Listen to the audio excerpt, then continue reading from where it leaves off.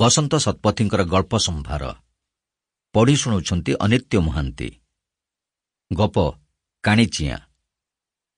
କବାଟରେ ଜଞ୍ଜିରର ଖଡ଼ଖଡ଼ ଶବ୍ଦ ଶୁଣିଛି କି ନାହିଁ, ଟୁନୁ ଘର ଭିତରୁ ଧଇଁସଇଁ ହୋଇ ଦୌଡ଼ି ଆସି ଛିଟିକିଣିଟା ଫିଟଉ ଫିଟଉ କାନ୍ଦ କାନ୍ଦ ହୋଇ କହିଲା, ଶୀଘ୍ର ଆସ ବାପା, କାଣି ଆଉ ନାହିଁ।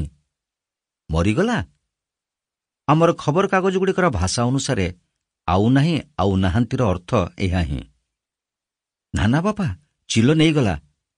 ଆଖିରୁ ଲୁହଧାର ଝରେଇ ପୁଣି କହିଲା, ଚାଉଳ ଦିଟା ବୁଣି ଦେଇଥିଲେ ଅଗଣାରେ, ତାକୁ ଖାଉଥିଲା।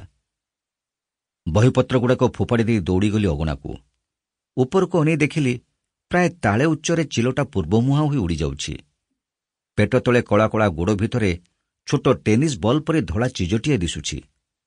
ଜେଟ୍ ପ୍ଲେନ୍ରେ ବହୁତ ପଛରୁ ଯେମିତି ଶବ୍ଦ ଆସେ, ଚିଁ ଚିଁ ଶବ୍ଦଟା ଚିଲର ଅନେକ ପଛରୁ ଆସୁଛି। ବିକଳ ହୋଇ ଚିଆଁଟା ଯେମିତି ଡାକୁଛି, ମା ବାପା ରଖ, ହରି ପ୍ରଭୁ ରଖ, ଟୁନୁ ଟୁନୁ ରଖ। ଦୂରରୁ ଏତିକିବେଳେ ଆଉ ଗୋଟିଏ ଚିଲର ଲମ୍ବା ଚିତ୍କାର ଶୁଭିଲା, ଯେମିତି ସିଏ କହୁଛି, ନା ନା ଛାଡ଼ିବୁନି, ଲୋକ କ୍ଷୟକୃତ ପ୍ରବୃଦ୍ଧ। ଚିଆଁର କରୁଣ ଆର୍ତ୍ତନାଦ ଚିଲଟାର ବି ଛାତି ତରଳାଇ ଦେବାକୁ ଯାଉଥିଲା। ବୋଧହୁଏ ସେଥିପାଇଁ ସେହି କରୁଣ ଡାକ ବନ୍ଦ କରିଦେବା ଉଦ୍ଦେଶ୍ୟରେ ଚିଲଟା ତା ମୁହଁକୁ ତଳ ଆଡ଼କୁ ବଙ୍କିଆଇ ଆଣି ଧଳା ଜୀବଟା ଆଡ଼କୁ ବଢ଼ାଇ ଦେଲା। କ୍ଷୀଣରୁ କ୍ଷୀଣତର ହୋଇ ଶବ୍ଦକ୍ରମେ ବନ୍ଦ ହୋଇଗଲା। ମହାକାଶ ଶୂନଶାନ ହୋଇଗଲା। ଖୁବ୍ ଉଚ୍ଚ ଶିମୁଳି ଗଛର ଅଗରେ ଥିବା ଫଟା ଶିମୁଳି ଫଳରୁ ଦମକା ପବନରେ ଯେମିତି ଗୁଛାଏ ତୁଳା ଉଡ଼ିଯାଏ, ସେମିତି ଛୋଟ ଛୋଟ ପରର ରୋଷଣୀ ଆକାଶରେ ଖେଳିଗଲା।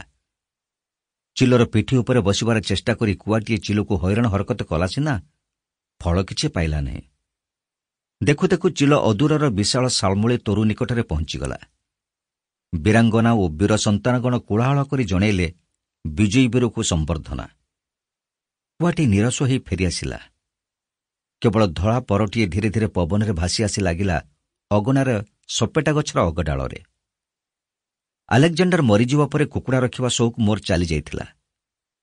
ଏକ ପାଖରେ ରକ୍ତାଭ ହେଲେନ୍, ଅନ୍ୟ ପାଖରେ ପଦ୍ମିନୀ ମନ୍ଦୋଦରୀକୁ ଧରି ଗର୍ବରେ ସ୍ଫୀତ ହୋଇ ବେକକୁ ଲମ୍ବେଇ ଆଲେକ୍ଜାଣ୍ଡାର ଯେତେବେଳେ କେକେ ରେକେ ଡାକ ଛାଡ଼ୁଥିଲା, ସେତେବେଳେ ପୁରୀର ହେରାଗୌରୀ ସାହିରେ ଶିବ ମନ୍ଦିରର ହରଗୌରୀଙ୍କୁ କହୁଥିଲେ, ଗୌରୀ, ମନ୍ଦିରଟା ଫାଟିଗଲା ନା କ'ଣ?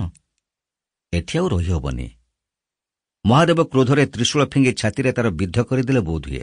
ଡେଣା ତଳର ଘା କ୍ରମେ ମାରାତ୍ମକ ହେଲା ଓ ମାସକ ଭିତରେ ଆଲେକ୍ଜାଣ୍ଡାର ସ୍ୱର୍ଗଦ୍ୱାରରେ ବିଶ୍ରାମ ନେଲା।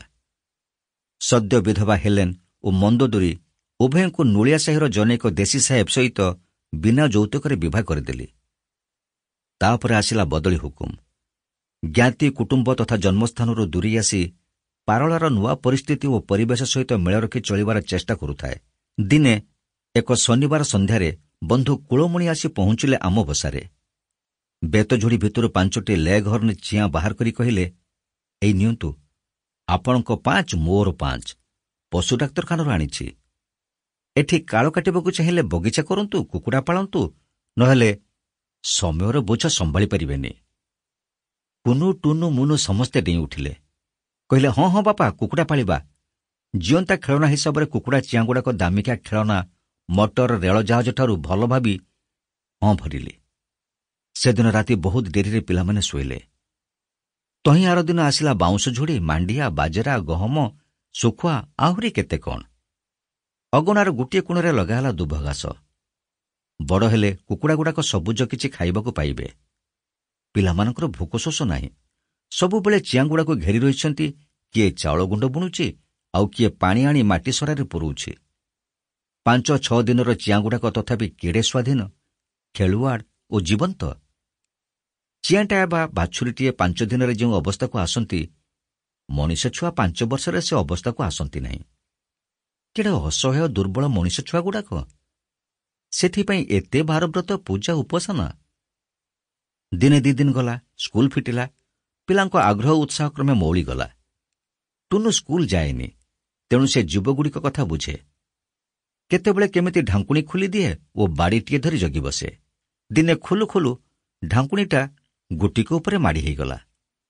ତହିଁ ଆର ଦିନ ଗୋଟାକୁ ଚିଲ ନେଇଗଲା, ପରଦିନ ଆଉ ଗୋଟାଏ। Sample complete. Ready to continue?